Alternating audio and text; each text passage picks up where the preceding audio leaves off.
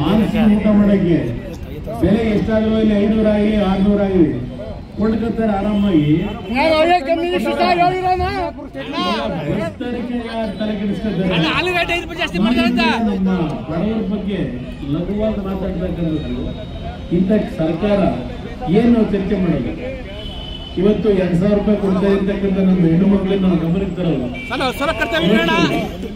ಈ ರೀತಿಯ ಬಸ್ ದರ ಜಾಸ್ತಿ ಮಾಡಿ ನಿಮ್ಮ ಪೆಟ್ರೋಲ್ ಡೀಸೆಲ್ ಬೆಲೆ 3 ರೂಪಾಯಿ ಜಾಸ್ತಿ ಮಾಡ್ಕೊಂಡ್ರೆ ರಾಜ್ಯದೊಳಗೆ. ಆಮೇಲಿಂದ ನಿಮ್ಮ TC ಹಾಕ್ಸೋದಕ್ಕೆ 2.5 ಲಕ್ಷ ರೂಪಾಯಿ ವಸೂಲಿ ಮಾಡ್ಕೊಂಡ್ರು.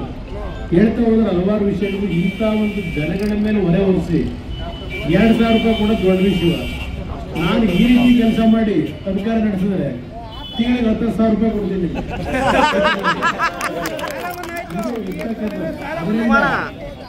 ಇದನ್ನ ನಂಬೇಡಿ. ನಮಗೆ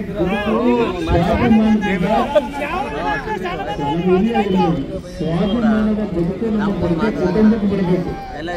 ಶಾಶ್ವತವಾದಂತ ಒಂದು ವಿದ್ಯೆ ಕೊಡಬೇಕು ಜನಕ್ಕೆ, ಮಕ್ಕಳಿಗೆ ಉದ್ಯೋಗ ಸಬಲೀಕರಿಸಬೇಕು, ಒಳ್ಳೆ ಆರೋಗ್ಯ ಕೊಡಬೇಕು, ರೈತರು ಬೆಳೀತಕ್ಕಂಥ ಬೆಳೆಗೆ ಬೆಲೆ ಸಿಗಬೇಕು. ಅದು ಬಿಟ್ಟುಬಿಟ್ಟು ಇದೆಲ್ಲ ಯಾವುದೋ ಚೀಪ್ ಕಂಪ್ಲೀಟ್ ಮಾಡ್ಕೊಂಡು ನೀವು ದುಡ್ಡು ತಗೊಂಡು ನಿಮಗೆ ದಾನ ಮಾಡೋದು ಅದೇನು ದೊಡ್ಡ ಸಾಧನೆನಾ? ಅದರಿಂದ ಇದೆಲ್ಲ ಮುಂದೆ ಚರ್ಚೆ ಮಾಡೋಣ. ಭಗವಂತ ನಿಮ್ಗೆ ಒಳ್ಳೇದು ಮಾಡಿ. ನೋಡೋದು ಹೇಳಿದ್ದೀನಿ, SP ಅವ್ರಿಗೆ ಮಾತಾಡಿದ್ದೀವಿ ಈಗಾಗಲೇ. ಸೀರಿಯಸ್ ಆಗಿ ಆಕ್ಷನ್ ತಗೋತಾರೆ. ನೋಡೋಣ.